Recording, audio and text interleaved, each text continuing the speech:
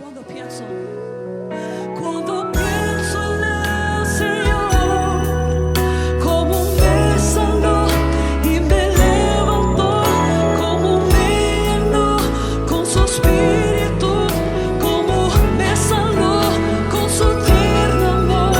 Cuando pienso en el Señor, como me escogió y me transformó, y en tierra firme seguro estoy, y hoy puedo cantar, aleluya, gracias Cristo, Señor eres digno de toda la gloria, de toda la honra y de todo el poder, y hoy puedo cantar, aleluya, gracias Cristo, Señor eres digno de toda la gloria, de toda la honra y todo el poder, y hoy puedo cantar, aleluya, gracias Cristo, Señor eres digno de toda la gloria, de toda la honra y todo el poder, y hoy puedo cantar, aleluya, gracias Cristo, Señor eres digno de toda la gloria, de toda la honra y todo el poder.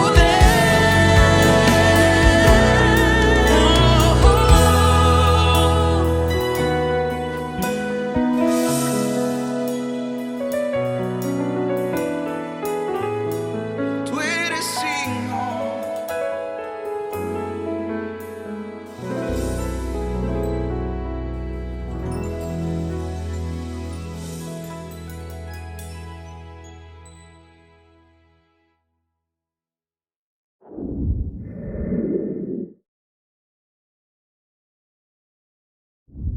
Así que damos inicio entonces a esta nueva edición y estamos ya en esta unidad del Espíritu Santo y vamos a hablar sobre el Espíritu Santo como la promesa cumplida. Amén. Repita conmigo: el Espíritu Santo, la promesa cumplida. Vamos a ir al libro de los Hechos. Y siempre el libro de los Hechos nos va a narrar la historia de la iglesia original. Y esta historia tiene numerosos ejemplos de creyentes siendo llenos del Espíritu Santo. Examinemos de esos ejemplos. Primero, vamos a hablar, ¿cierto?, de la llenura del poder del Espíritu Santo en el lugar de Jerusalén. Lo primero que vamos a entender sobre todo esto es que el Espíritu Santo no es exclusivo de una localidad, no es exclusivo de un área, sino que donde quiera que el Señor Jesús quiera bendecir con su poder, allí el Señor Jesús se va a derramar. Amén. Por lo tanto, gracias al Señor Jesús por eso, por esa gran virtud que tenemos, que donde quiera que sea invocado el nombre del Señor Jesús y se pida con el corazón la llenura del Espíritu Santo, Dios es todopoderoso para poder concederlo. Amén. En primer lugar tenemos a Jerusalén. El Espíritu Santo fue primeramente derramado en esta ciudad en el día de Pentecostés, aproximadamente en el año 33 después de Cristo. Aquellos que recibieron al Espíritu Santo actuaron de formas extrañas e inusuales, provocando que lo que observaran pensaron que los creyentes estaban borrachos. Amén. Vamos a ir entonces al libro de Hechos. Lo puede ver ustedes en sus pantallas. Hechos capítulo 2, del versículo 1 al versículo 4. Amén. Hechos capítulo 2, del versículo 1 al versículo 4, y leemos bien fuerte todos juntos. Amén. Cuando llegó el día de Pentecostés, estaban todos unánimes juntos, y de repente vino del cielo un estruendo como de un viento recio que soplaba, el cual llenó toda la casa donde estaban sentados, y se les aparecieron lenguas repartidas como de fuego, asentándose sobre cada uno de ellos, y fueron todos llenos del Espíritu Santo, y comenzaron a hablar en otras lenguas, según el Espíritu les daba que hablase. Amén y amén. Qué maravilloso, ¿cierto? Qué glorioso. ¿A cuánto no le recuerda aquel día que recibió el Espíritu Santo? Qué día más maravilloso, ¿cierto? Inolvidable, cuando tuvimos la llenura del poder del Espíritu Santo. La segunda ciudad es Samaria. Samaria. Y en esta ciudad el evangelio fue predicado por Felipe y los creyentes fueron bautizados en el nombre de Jesús y recibieron el Espíritu Santo. Amén. Fueron entonces bautizados ¿en qué nombre? En el nombre de Jesús. Y luego, ¿qué cosa? Recibieron el poder del Espíritu Santo. Vamos entonces al libro de Hechos, capítulo 8, del versículo 14 al versículo 17, en el nombre del Señor Jesús. Libro de Hechos, capítulo 8, del versículo 14 al versículo 17, leemos todos juntos en el nombre del Señor Jesucristo. Amén. Vamos a esperar para que tengamos la lectura.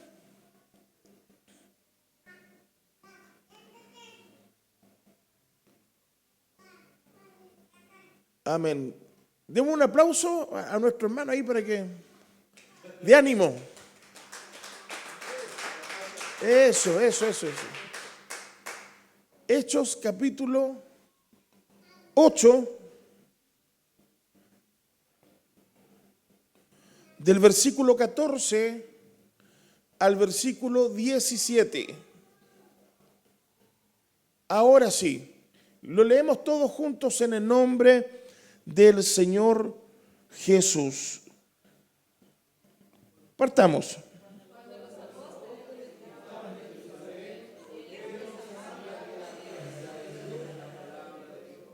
Enviaron allá a Pedro y a Juan, los cuales, habiendo venido, oraron por ellos para que recibiesen el Espíritu Santo, porque aún no había descendido sobre ninguno de ellos, sino que solamente habían sido bautizados en el nombre de Jesús. Entonces les imponían las manos y recibían el Espíritu Santo. Amén y amén. Si se dan cuenta, solamente habían sido bautizados en las aguas en el nombre de Jesús. Pero luego dice que les imponían, ¿qué cosa? Las manos. Y recibían el Espíritu Santo. Debemos dejar en claro, primeramente, que en esta ciudad los habitantes recibieron la palabra de Dios. Ese recibir la palabra de Dios significa creyeron a la palabra de Dios y fueron bautizados en el nombre del Señor, pero no habían recibido aún el Espíritu Santo. Para poder completar su trabajo, los apóstoles enviaron a Pedro y a Juan a Samaria. Y cuando Juan y Pedro impusieron las manos sobre los creyentes bautizados, ellos recibieron ¿qué cosa? El Espíritu Santo. Amén. La importancia de la imposición de manos. Hay mucho que hablar sobre eso. Pero también se da el caso que muchas personas han recibido el Espíritu Santo ahí estando tranquilos, solos, sin que nadie le ponga manos. Las dos son totalmente legítimas. tanto como aquellos que interceden, ¿cierto? Y le piden al Señor que reciban el poder del Espíritu Santo, como aquellos que el Señor simplemente los llena sin la imposición de mano. La imposición de mano, hay mucho que profundizar sobre eso. La Biblia nos enseña que no debemos de imponer manos con ligereza. Así cada ministro de la palabra del Señor que tiene la potestad de ungir, amén, y ungir, lo hemos hablado, es un traspaso de unción de una potestad mayor hacia alguien que necesita. Por lo tanto, tiene que ser un ministro calificado, un ministro ungido, y tener, por supuesto, el testimonio como tal. Amén. Por lo tanto, no es llegar y ungir y poner las manos sobre... ungir es literalmente imponer las manos sobre la cabeza de alguien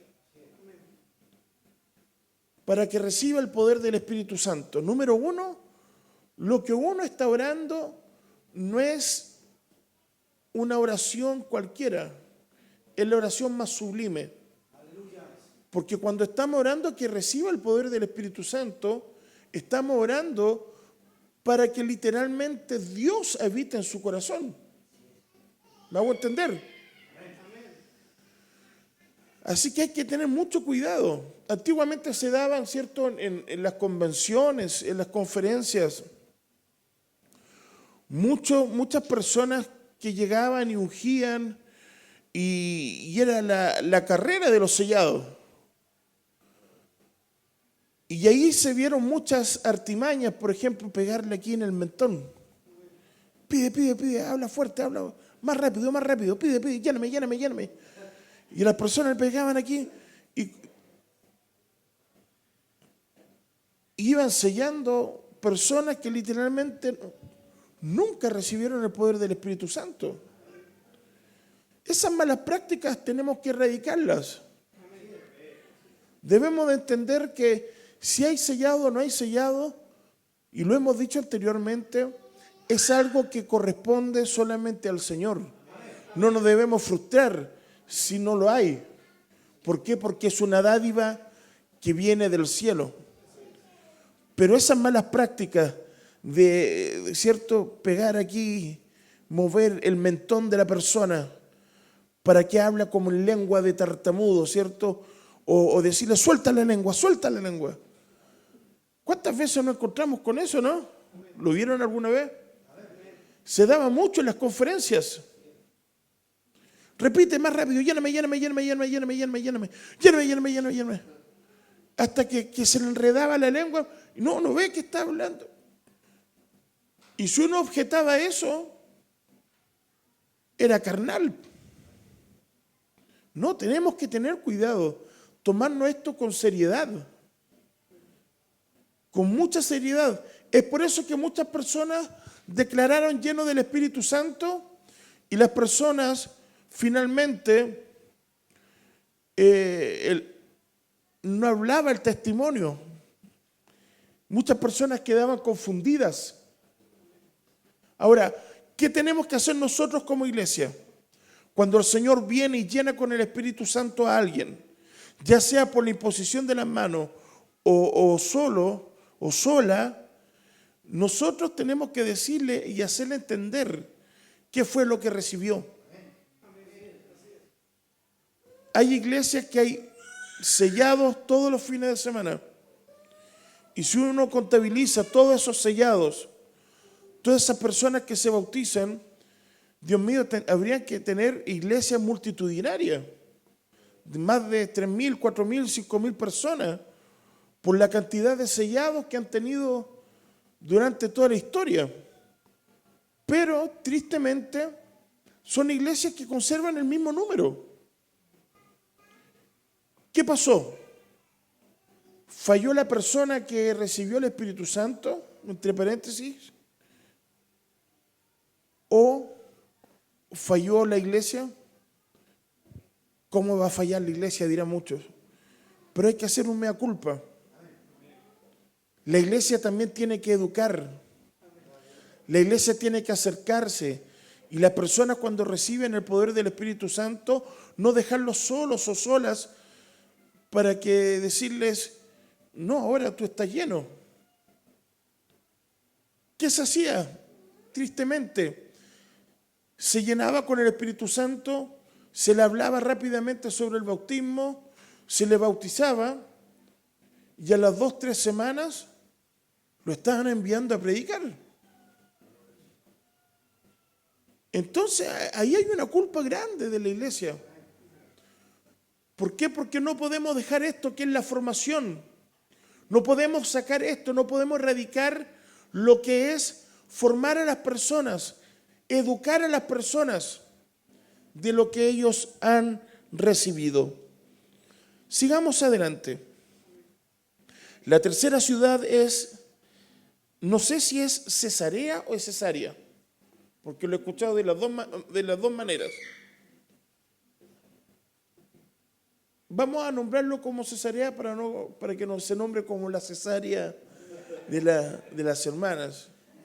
Dicho sea de paso, son totalmente heroicas quienes lo han hecho eso. Dios mío, eso sí que es tremendo. Cierro el paréntesis, porque de acordarme nomás me desmayo. Es tremendo lo que hacen las mujeres que han concebido sus hijos a través de cesárea. Todo mi respeto. Cesarea. Aquí un centurión italiano llamado Cornelio e igualmente su familia y vecinos recibieron el Espíritu Santo primero y fueron posteriormente bautizados en el nombre del Señor Jesús. Vamos y busquemos todos juntos el libro de Hechos, capítulo 10, versículo 44 al 48. Hechos, capítulo 10, del 44 al 48, y leemos en el nombre del Señor Jesús. Mientras aún hablaba Pedro estas palabras, el Espíritu Santo cayó sobre todos los que oían el discurso, y los fieles de la circuncisión que habían venido con Pedro se quedaron atónitos de que también sobre los gentiles se derramase el Espíritu Santo, porque los oían que hablaban en lenguas y que magnificaban a Dios. Entonces respondió Pedro: ¿puede acaso alguno impedir el agua para que no sean bautizados estos que han recibido el Espíritu Santo también como nosotros? Y mandó a bautizarles en el nombre del Señor Jesús. Entonces le rogaron que se quedase por algunos días. ¿Se dan cuenta, no? Aquí comienza nuestra parte como gentiles. Esta parte como gentiles, si se dan cuenta, siempre hay personas que son como bien, que están observando, y más que observar están como haciendo diagnóstico de lo que está sucediendo. Y ese estilo de personas son los que son como los fariseos. ¿Por qué? Porque están mirando, están observando y dicen: Señor, y solamente, ¿y cómo esto que los gentiles pueden recibir el Espíritu Santo? ¿No era que solamente los israelitas podían hacerlo? Y ahí Pedro les dice: no, si los gentiles también pueden recibirlo, haciendo alusión, cierto, a su gran discurso, porque para vosotros es la promesa, para vuestros hijos, para los que están lejos, y a cuanto el Señor Jesús nuestro Dios llamare. Con eso echa abajo todo cierto argumento que diga: no, si el Espíritu Santo es exclusivo para ciertas personas. Ahí se echa abajo todo argumento que hay clases de iglesias unicistas. No hay una iglesia unicista mejor que otra. ¿Somos apostólicos o no somos apostólicos? No creo que haya una iglesia apostólica de medio pelo y otra que sea totalmente exclusiva. Para nada. ¿Somos o no somos? Y quienes traten siempre de ser exclusivos, finalmente están actuando como estos hombres. Tratando de decir, nosotros somos los únicos, no hay otros como nosotros. ¡Qué mentira más grande! Cuando el Señor Jesucristo vino a todos aquellos que le necesitan. Vamos número 4, Efesios. En esta ciudad Pablo descubrió 12 creyentes que habían sido bautizados en el bautismo de Juan. ¿Cuál era el bautismo de Juan? ¿Cierto? Solo de arrepentimiento.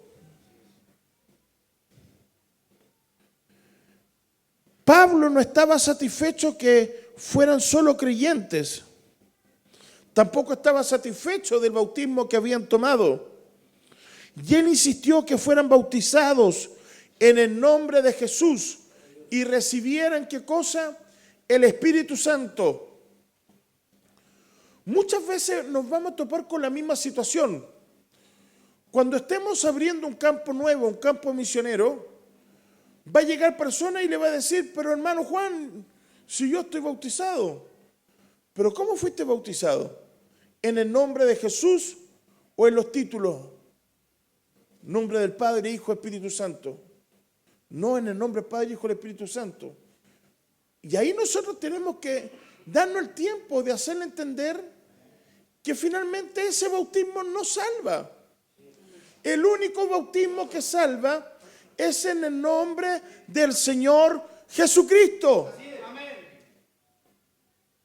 ¿Y cómo tenemos que hacerlo entender? Con total mansedumbre, con total misericordia, y pedirle al Señor que Él nos dé la sabiduría, que Él nos dé la gracia. Imagínense una persona que ha estado 30, 40 años, un hombre adulto, y que usted le diga, el bautismo que usted tomó de toda su vida está mal. Podemos herir el orgullo de alguien. Pero cuando nosotros le pedimos dirección al Señor, Señor, pon en mí palabras, pon en mí la gracia, la sabiduría, para que con tal humildad y con tal ternura yo pueda hacer entender, decirle, y ahí tenemos que tomar lo que el proverbio dice, al anciano háblale como un padre. Decirle, papi, mira, papito o amigo, te voy a explicar lo que sucede. Y ahí el Señor va a poner palabra en tu boca. Pero si tú vas a ir con la espada y decirle, eso está mal, y si no te bautizas te va a ir al infierno, no vamos a ganar a nadie. No vamos a ganar a nadie. Nuestra labor aquí en la tierra es de ganar almas para Cristo y no condenar personas al infierno. Nos guste o no nos guste, no somos llamados a condenar, somos llamados a alcanzar. ¿Quién es el único que puede tener esa atribución? Es el Señor Jesús. Pero usted predique, pero predique con el corazón, predique como si le estuvieses hablando a tu padre, predica como si le estuvieses hablando con amor a tu madre. Y así vamos a tener una gran cosecha de almas. Vamos a leer entonces. ¿Lo leímos, no? No, me parece que no. Hechos capítulo 19, del versículo 1 al versículo 7. Hechos 19, del versículo 1 al 17.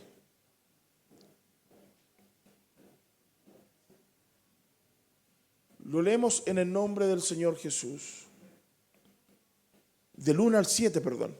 19 del 1 al 7. Aconteció que entre tanto que Apolos estaba en Corinto, Pablo, después de recorrer las regiones superiores, vino a Éfeso y hallando a ciertos discípulos les dijo, ¿recibiste el Espíritu Santo cuando creísteis? Y ellos le dijeron, ni siquiera hemos oído si hay Espíritu Santo. Entonces dijo, ¿en qué pues fuiste bautizados? Y ellos dijeron, en el bautismo de Juan.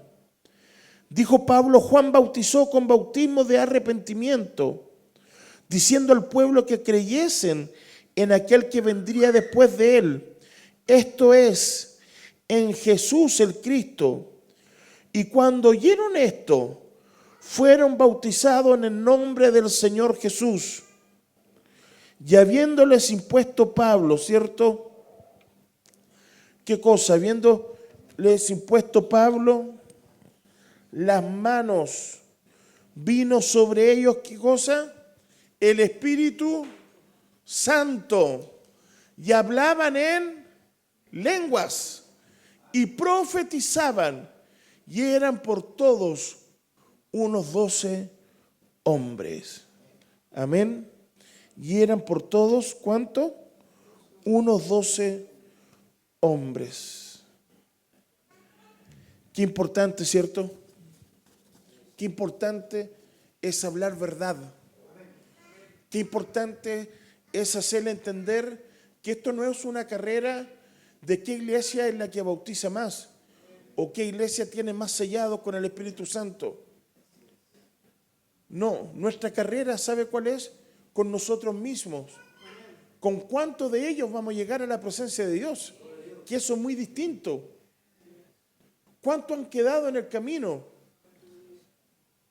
Y aquí es como el matrimonio. Cuando un matrimonio se disuelve, siempre existen culpas compartidas.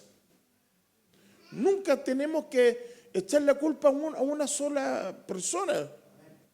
Siempre existen culpas compartidas. Y cuando comenzamos a preguntarnos cuántos han quedado detenidos, cuántos han quedado atrás, también tenemos que hacer un mea culpa como iglesia. ¿En qué fallamos? Porque iglesia perfecta no somos. Y que eso nos haga entender. Y si tenemos la oportunidad de pedir perdón, hagámoslo. Porque ¿quién salva a uno de estos pequeñitos de la ira venidera? Realmente recibe un consuelo y un premio, un alto honor en los cielos. Pero si ya no existe, ¿cierto? Por lo menos lo intentamos. Por lo menos nos enseñó a que de esa manera no tenemos que tratar a los hermanos. Debemos estar en un constante aprendizaje y no cometer errores. Debemos de entender lo siguiente, que cuando el Señor dispone en nuestras manos trabajar con personas que aman a Jesucristo, es muy distinto cuando nosotros somos jefes o líderes en una empresa, porque esta es la empresa que tiene la labor más hermosa de rescatar almas. Por lo tanto, debemos de tener cuidado cómo nos tratamos entre nosotros. Debemos de hablar con delicadeza. Debemos tratarnos con delicadeza. Vamos a fallar, sí, vamos a fallar muchas veces, pero que nunca, jamás nos tiemble la mano o nos tirite el mentón para decir, hermano, te fallé, perdóname. Hermana, te fallé, perdóname. Pero sigamos juntos adelante. Volvámonos al Señor. Busquemos al Señor Jesucristo. Y lo más importante, lleguemos juntos a su presencia. ¿Cuánto cree que eso es trascendental? Eso es lo más importante.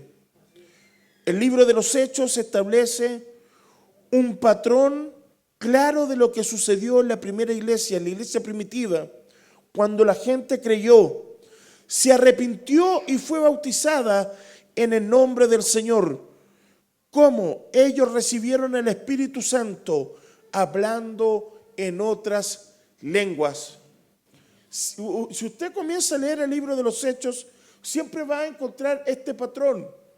Si quiere puede anotar ahí. Lea Hechos capítulo 8 del versículo 37 al 39. Hechos capítulo 9 del 17 al 18. Y Hechos capítulo 16 del versículo 30 al versículo 34. Usted se va a dar cuenta de este patrón maravilloso: arrepentimiento, bautizarse en el nombre del Señor Jesús para el perdón de los pecados, y reciben, ¿qué cosa? El poder del Espíritu Santo. Quiero hacerle una pregunta a cada uno de ustedes. La pregunta es la siguiente, que es una pregunta al corazón. ¿Por qué es importante el Espíritu Santo? ¿Por qué es importante el Espíritu Santo? ¿Por qué, pastor, es tan importante hablar en ese idioma extraño? ¿Por qué la gente se emociona, llora de alegría? Otras veces danzan, otras veces simplemente es tanta la llenura que se quedan ahí con tanta paz, porque son distintas manifestaciones. No todos van a danzar, no todos van a reír, otros van a tener una completa paz, pero todas son válidas. Pero la forma de saber que estamos llenos del Espíritu Santo es a través de hablar en nuevas lenguas. Amén. ¿Estamos claros con eso? Pero mi pregunta es, ¿por qué es importante el Espíritu Santo? Primero, el Espíritu Santo es parte de nuestro nacimiento del agua y del Espíritu. Tan así como el bautismo es nacer del agua, también recibir el Espíritu Santo es nacer del Espíritu. Amén. Recibir entonces el Espíritu Santo es nacer del Espíritu. Primero, el Espíritu Santo es parte de nuestro nuevo nacimiento. Acompaña a los creyentes hacia el reino de Dios. Si leemos el libro de Juan, el Evangelio según San Juan, en el capítulo 3, en el versículo 5, podemos leer lo siguiente. Respondió Jesús: de cierto te digo, que el que no naciere de agua y del Espíritu no puede entrar en el reino de Dios. Amén. Esto es condicional.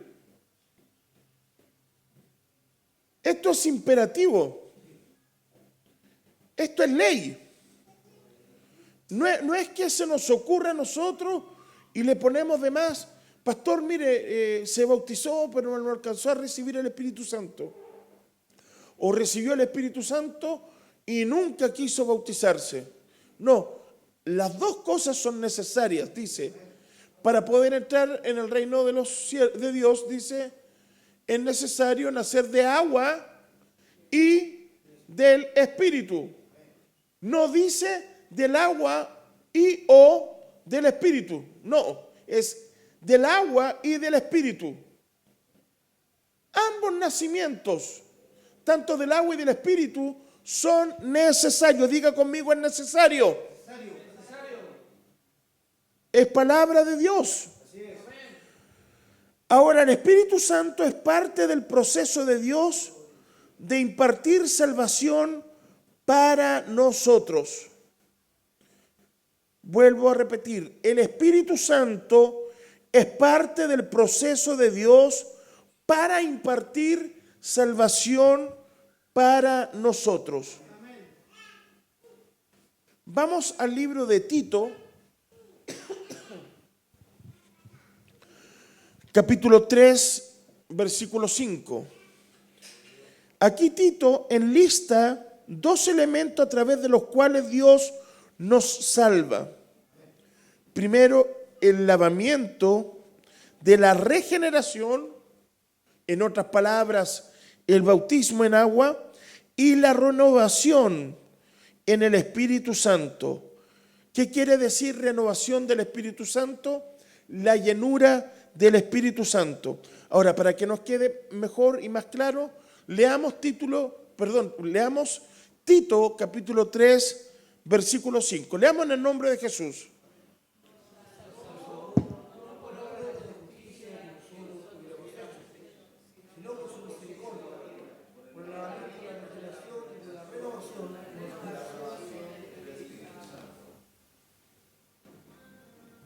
Si nos damos cuenta, lavamiento de la regeneración es una forma de decir bautismo en agua. Amén. Y renovación en el Espíritu Santo es la llenura del Espíritu Santo. ¿Estamos claros? ¿Les queda claro, cierto? Este texto. Ahora vamos a ir a otro texto para que ustedes lo tengan aún más claro. Segunda de Tesalonicenses, capítulo 2, versículo 13. Les voy a explicar primero el texto y luego lo vamos a leer para que ustedes lo puedan entender. Pablo declara que somos salvos a través de la santificación por el Espíritu. ¿Qué quiere decir santificación por el Espíritu? Quiere decir llenura del Espíritu Santo y la fe en la verdad. Ahora que tenemos esta aclaración, leemos juntos Segunda de Tesalonicenses, capítulo 2, versículo 13, en el nombre de Jesús.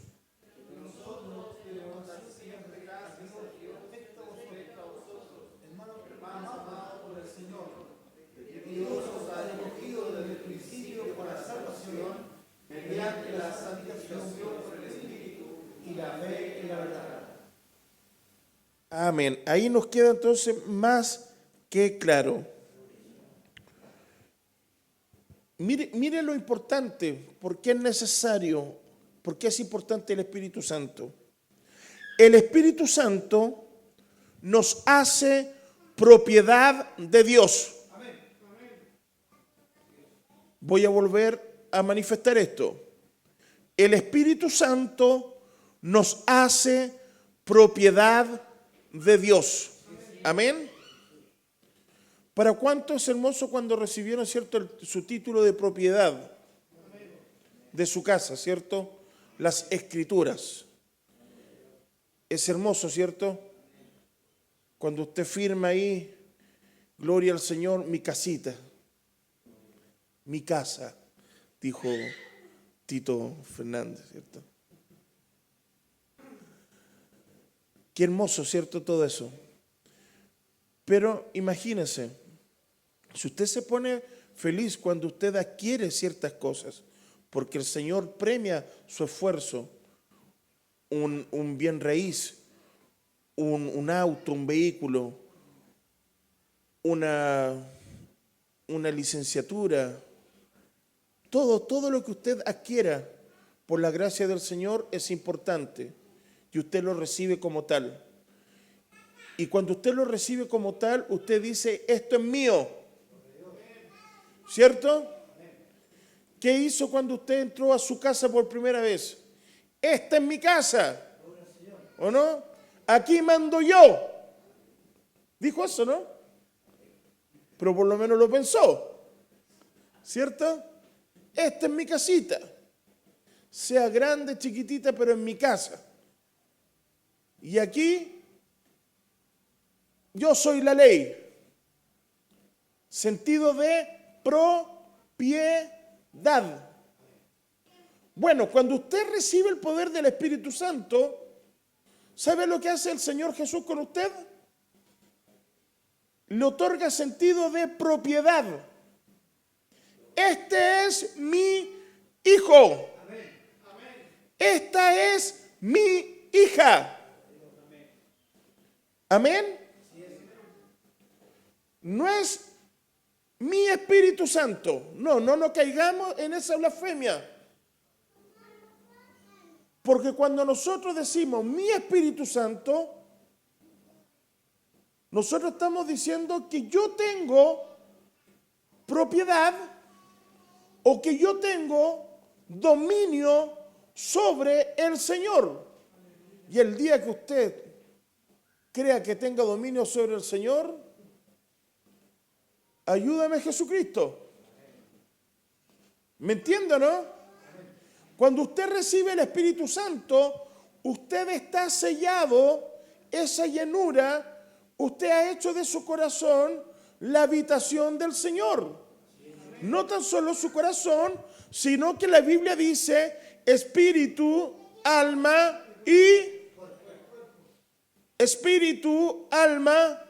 y cuerpo. Aquí no es mi espíritu y mi alma, mi cuerpo lo mando yo. No es solamente el Señor quiere tu interior y de tu exterior no importa. Cuando la Biblia dice espíritu, alma y cuerpo, me está haciendo entender que lo que está afuera al Señor también le importa. Por lo tanto, es de su ¿de quién es? Es propiedad del Señor. ¿Me hago entender o no? ¿O estoy hablando en jerigoncio?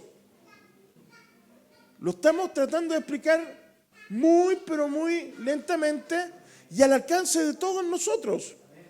Somos propiedad del Señor. Por lo tanto, cuando tenemos el Espíritu Santo, somos propiedad de Él. Mira, ahora lo va a entender usted mucho mejor. Vamos a Romanos, capítulo 8, versículo 9. Romanos, capítulo 8, versículo 9. Leamos en el nombre de Jesús.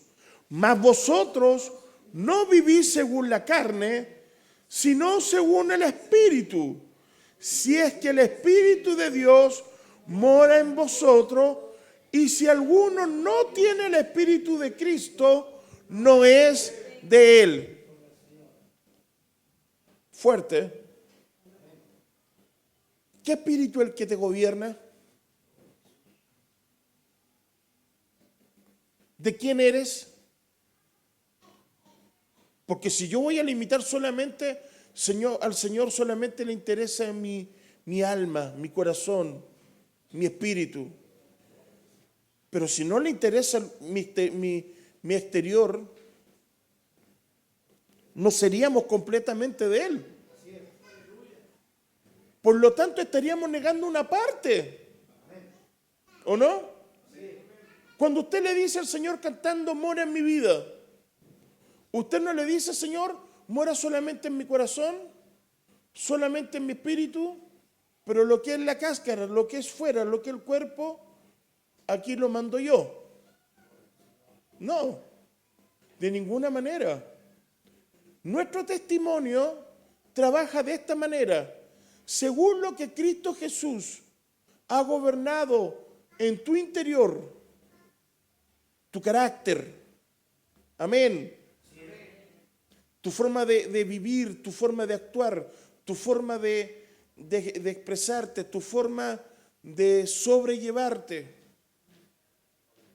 tu comunión diaria, espíritu, alma, eso se refleja de inmediato en tu comportamiento externo, en tu cuerpo. Amén. Es por eso, hermanas, no dejo de honrarles. Ustedes es cierto que luchan, pero cuando entienden que es la honra más grande, honrar a Dios con su cuerpo, ya no se torna en una lucha, se torna en un honor. ¿Me entiende? Ya no dice, ay Señor, ¿por qué no me puedo cortar el pelo? ¿Por qué no puedo usar pantalones? ¿Por qué no puedo hacer esto otro? ¿Por qué no me puedo pintar las uñas? ¿Por qué no puedo usar eritos, esto? No. Cuando tú entiendes que tu cuerpo honra a Jesucristo, no es una carga. Tu honra a Jesucristo con tu cuerpo es el honor más grande. ¿Por qué? Porque con eso tú dices, Señor, yo te amo. Señor, tú eres primogénito en todas las cosas, mis decisiones, aún sobre mis gustos, aún sobre lo que el mundo está dictaminando. Y cuando tú entiendes eso, hermana, tú eres feliz.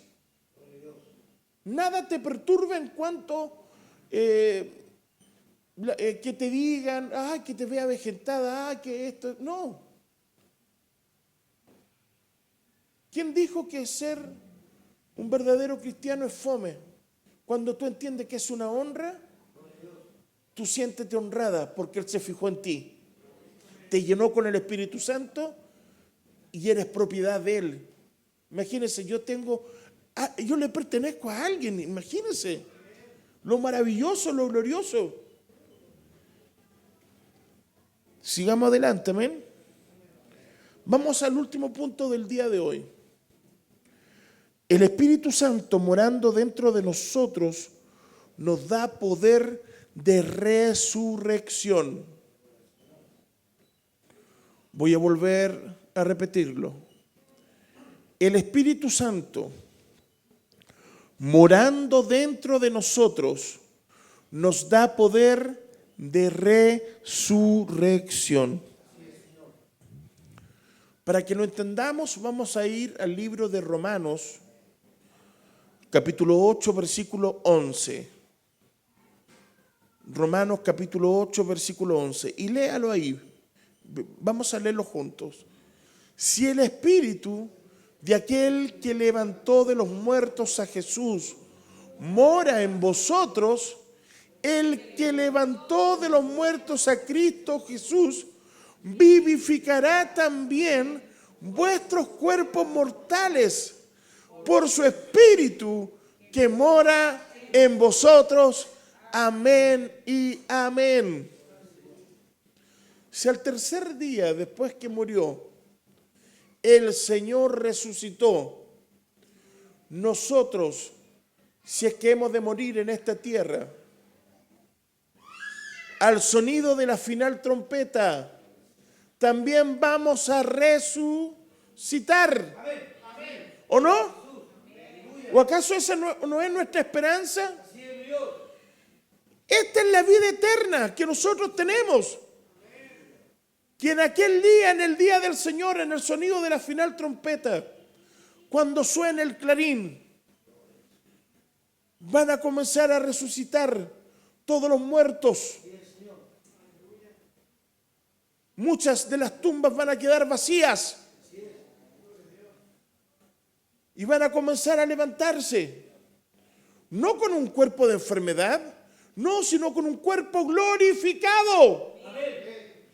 Imagínense lo maravilloso, aquello que hemos perdido a nuestros padres, pero literalmente no lo hemos perdido, simplemente están durmiendo. Amor, nuestros padres están durmiendo. ¡Qué maravilloso! Nos vamos a volver a reencontrar con aquellos que descansan y se van a levantar. Imagínate, el hermano Elías va a levantarse antes que tú, Carlos. Y después nosotros, los que quedamos, nos vamos a encontrar junto a ellos en presencia de aquel que nos amó. El Espíritu Santo entonces, ¿qué es lo que da? Nos da el poder de la resurrección. ¡Aleluya! Y luego de eso ya vamos a morar para siempre con Él. Habíamos entendido con tal profundidad lo importante que es lo que es el Espíritu Santo. Imagínense que aún no estamos hablando directamente de lo que es los dones del Espíritu. Imagínense cuando profundicemos eso. Imagínense cuando profundicemos sobre el fruto del Espíritu. No son los frutos del Espíritu, es el fruto del Espíritu. Usted va a quedar completamente emocionado, porque vamos a entender que lo que hemos recibido es el regalo más maravilloso y glorioso que alguien pueda recibir. ¿Para cuánto es importante el poder del Espíritu Santo? ¿De verdad lo es? Es lo más maravilloso que hay. ¿Cuántos quieren dar gracias al Señor por haberlo recibido? Ahora, ¿cuántos lo vamos a cuidar aún mucho más? Si usted quiere cuidar el poder del Espíritu Santo, no vaya donde Él se contriñe. No vea lo que a Él le contriñe. No hable lo que a Él le desilusiona. Debemos de entender que dentro de nosotros está lo más grande y lo vamos a cuidar. Amén. Le vamos a decir al Señor que lo vamos a cuidar. Es Jesús mismo dentro de nosotros. ¿Por qué no oramos al Señor mientras usted se pone en pie? Padre Celestial, te damos el honor, te damos las gracias. Gracias, Señor, porque miércoles tras miércoles podemos entender estas maravillas, Señor. Podemos, Señor, volver a estudiarlas y nos hace entender que no somos cualquier persona. Tenemos un dueño y ese dueño es Jesucristo. Ayúdanos, Señor Jesucristo, a amarte cada día más. Ayúdanos, Señor Jesucristo, a honrarte cada día más. Ayúdanos, Señor Jesús, a transformarnos y ser apostólicos. Pero un apostólico de verdad, una mujer apostólica de verdad, en nuestros hechos, en nuestra forma de ser. No tan solo apostólicos de día a domingo o de día a miércoles, sino que todos los días podamos dar fe de que tú eres todopoderoso y tú eres nuestro dueño. Señor, ayúdanos, con todo nuestro corazón te lo pedimos, en el nombre de Jesús. Amén y amén. Gracias, Señor Jesús. Toda la honra y la gloria sea al Señor Jesucristo.